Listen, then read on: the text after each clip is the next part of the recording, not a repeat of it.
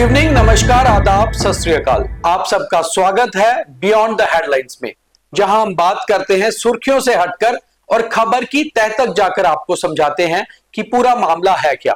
तो सबसे पहले आज शाम तक की खास हेडलाइंस। गृह मंत्री अमित शाह के बीजेपी विधायकों और नेताओं को साफ निर्देश, स्टेटहुड पर पीएम मोदी के साथ रहिए। जब पीएम मोदी ने कहा है तो स्टेटहुड वापस मिलेगा, मगर कब मिलेगा इसका फैसला केंद्र सरकार और प्रधानमंत्री करेंगे। होम मिनिस्टर अमित शाह ने किया आईबी का दौरा, राजभवन में शहीद परिवारों से मुलाकात, कश्मीर हुए रवाना। श्रीनगर राजभवन में कल सुरक्षा समीक्षा बैठक लेंगे अमित शाह। चीफ मिनिस्टर उमर अब्दुल्ला से भी कर सकते हैं खास मुलाकात। जम्मू कश्मीर विधानसभा में वक्फ अमेंडमेंट बिल को लेकर जबरदस्त हंगामा, नेशनल कॉन्फ्रेंस ऑपोजिशन के रोल में, जबकि बीजेपी बिल को लेकर समर्थन के रोल में। उमर अब्दुल्ला नहीं आए आज विधानसभा। श्रीनगर में केंद्रीय मंत्री किरण रिजिजू के साथ नजर आए, टुलिप गार्डन भी गए, साझा की तस्वीरें। तो ये थी आज शाम तक की हेडलाइंस। अब खबरें विस्तार से। प्रधानमंत्री नरेंद्र मोदी के साथ रहिए, उनकी बातों को समर्थन करिए, ऐसा कहना था गृह मंत्री अमित शाह का बीजेपी के नेताओं और विधायकों से।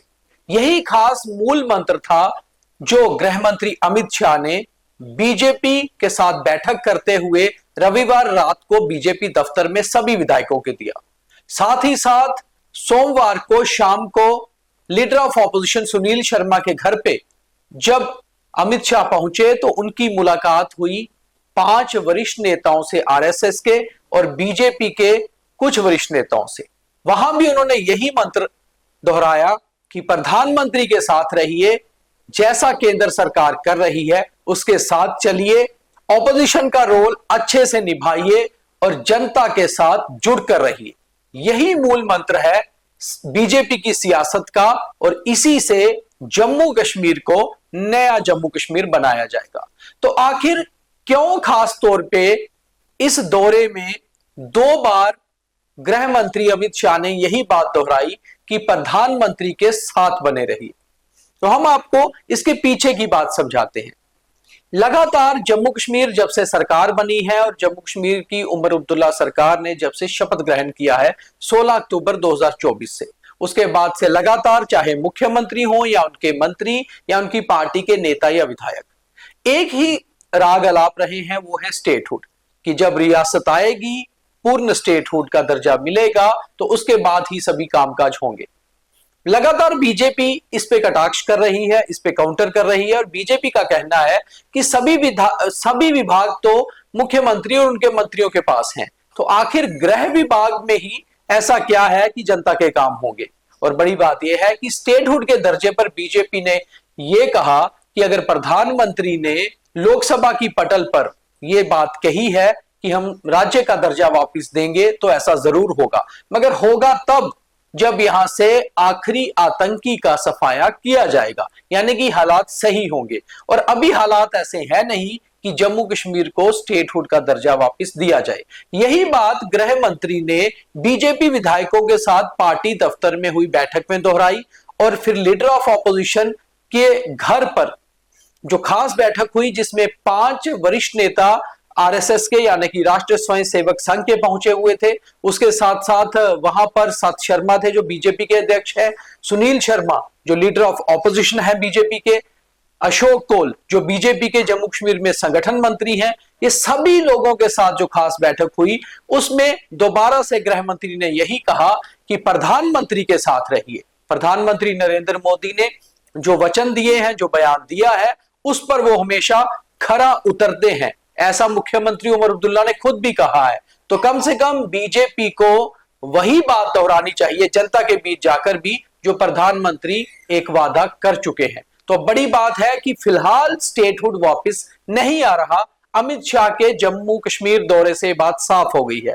और दूसरी बात यह भी साफ हो गई है कि अपने नेताओं से, अपने विधायकों से साफ निर्देश दे गए हैं वो कि स्टेटहुड को लेकर जम्मू कश्मीर की सरकार अगर कुछ कहती है तो उसे काउंटर करिए जबरदस्त तरीके से और जनता में जाइए, जनता के मुद्दों पर बात करिए, ताकि जनता के काम भी हो और जिस बात के लिए जम्मू कश्मीर को स्टेट से यूटी बनाया गया था कम से कम वो बात पूरी हो। बाकी सुरक्षा की समीक्षा उन्होंने कहा केंद्र सरकार का जिम्मा है और केंद्र सरकार अपने तरीके से काम कर रही है। दूसरी खबर की हम बात करें, वो भी उनसे जुड़ी हुई है। उनका इंटरनेशनल बॉर्डर का आज दौरा था। वो कठुआ पहुंचे और वहां भारत पाकिस्तान सीमा पर विनय पोस्ट, जहां पर विनय नाम के एक जवान शहीद हुए थे, वहां दौरा किया। उसके बाद वापस राजभवन पहुंचे, वहां शहीद परिवारों से मिले। वो दविंदर सिंह राणा जो बीजेपी के विधायक थे उनके परिवार से भी मिले, उन्हें सांत्वना दिया। और उसके बाद कुछ शहीद परिवारों को जो नौकरियों के पत्र थे सौंपे जाने थे, वो भी राजभवन में एक कार्यक्रम था, वहां पर उन्होंने शिरकत की, उसकी अध्यक्षता की और काफी सारे जो है शहीदों को, शहीद परिवारों को नौकरियों के पत्र भी सौंपे।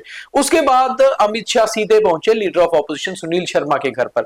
वहां अनौपचारिक बैठक यानी कि इनफॉर्मल बैठक थी, जिसमें 5 वरिष्ठ नेता आरएसएस के पहुंचे हुए थे, उसके साथ साथ बीजेपी के वरिष्ठ नेता थे।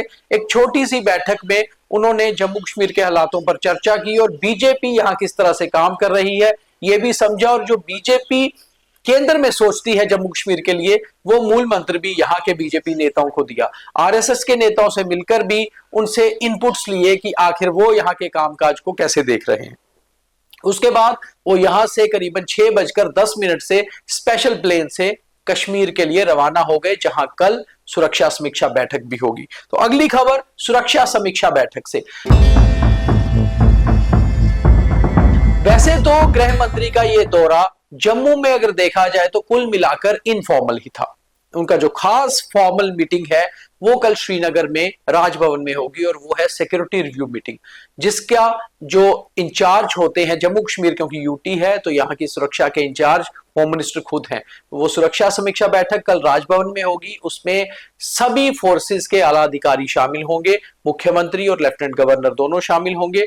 उस बैठक के बाद एक इनफॉर्मल मीटिंग चीफ मिनिस्टर के साथ भी अलग से होम मिनिस्टर की हो सकती है, जिसकी अभी तक शेड्यूल में पुष्टि नहीं है।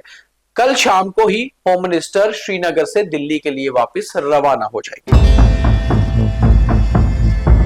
आगे बढ़ते हैं तो अगली बात करते हैं जम्मू कश्मीर के विधानसभा सत्र की। जम्मू कश्मीर के इस समय जो विधानसभा सत्र चल रहा है, बजट सेशन, उसमें आज का दिन था बिल्स और रेजोल्यूशंस के लिए, मगर आज कुछ भी नहीं हुआ, क्योंकि आज सिर्फ हुआ हंगामा। नेशनल कॉन्फ्रेंस दिखी ऑपोजिशन के रोल में और बीजेपी ट्रेजरी बेंचेस के रोल में। नेशनल कॉन्फ्रेंस के सदस्यों ने अमेंडमेंट, वकफ अमेंडमेंट बिल को भी फाड़ा, नारेबाजी भी की और ये मांग करते रहे स्पीकर से कि वो इस पर चर्चा चाहते हैं बिल पर। जबकि स्पीकर का कहना है कि रूल 58 के तहत जो बिल पार्लियामेंट के दोनों हाउसेस से पास हो गया हो उस पर चर्चा नहीं हो सकती और 3 बार इसी हंगामे के चलते हाउस को एडजर्न करना पड़ा। नेशनल कॉन्फ्रेंस का कहना है कि वो लगातार हंगामा करते रहेंगे जब तक चर्चा नहीं होती, जबकि स्पीकर का कहना है कि हाउस का बिजनेस डिस्टर्ब हो रहा है और वो कम से कम इस बात को समझे। अब देखना यह होगा कि कल का दिन नेशनल कॉन्फ्रेंस किस तरह से बिहेव करती है। वहीं मुख्यमंत्री उमर अब्दुल्ला भी आज विधानसभा नहीं आए। वो आज श्रीनगर में ही थे और श्रीनगर में पहुंचे माइनॉरिटीज के मिनिस्टर, जो यूनियन मिनिस्टर है किरण रिजिजू, उनका स्वागत किया उमर अब्दुल्ला ने। उसके बाद वो उनके साथ टुलिप गार्डन गए, तस्वीरें भी साझा की। और बड़ी बात यह है कि ये वही माइनॉरिटीज के मिनिस्टर हैं किरण रिजिजू जिन्होंने वकफ अमेंडमेंट बिल लाया है।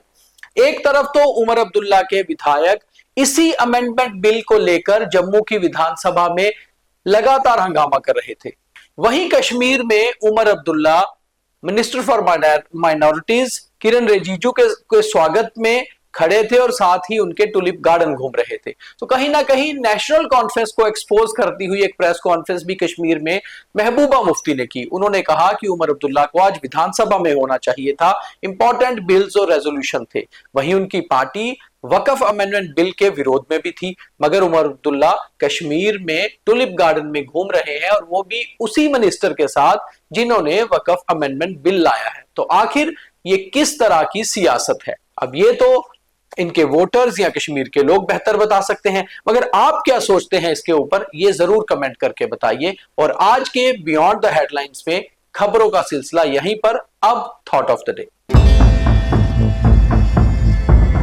इंसान का तजुर्बा तो उतना ही बढ़ता है जितना वो सीखता है, मगर हमारी उम्र साल दर साल बढ़ती ही जाती है। मगर तजुर्बा उम्र के साथ नहीं बढ़ता, बल्कि सीखने के साथ बढ़ता है। इसलिए सीखिए और अपने जीवन को परिपक्व बनाइए, क्योंकि सीखने की कोई उम्र नहीं होती। और उम्र जब बढ़ती जाती है और इंसान ने सीखा नहीं होता, तो वो वैसा ही रहता है जैसा बचपन में था। इसलिए अपने आप को उम्र के साथ साथ तजुर्बे में ढालना बहुत जरूरी है। उम्मीद है आपको यह ज्ञान समझ आ गया होगा। तो आज के बियॉन्ड द हेडलाइंस में इतना ही। कल दोबारा मुलाकात करेंगे, तब तक के लिए द न्यूज रूम 24 आवर्स के सभी कार्यक्रम जरूर देखिए। बहुत धन्यवाद। शब्बा खैर, नमस्कार, जय हिंद।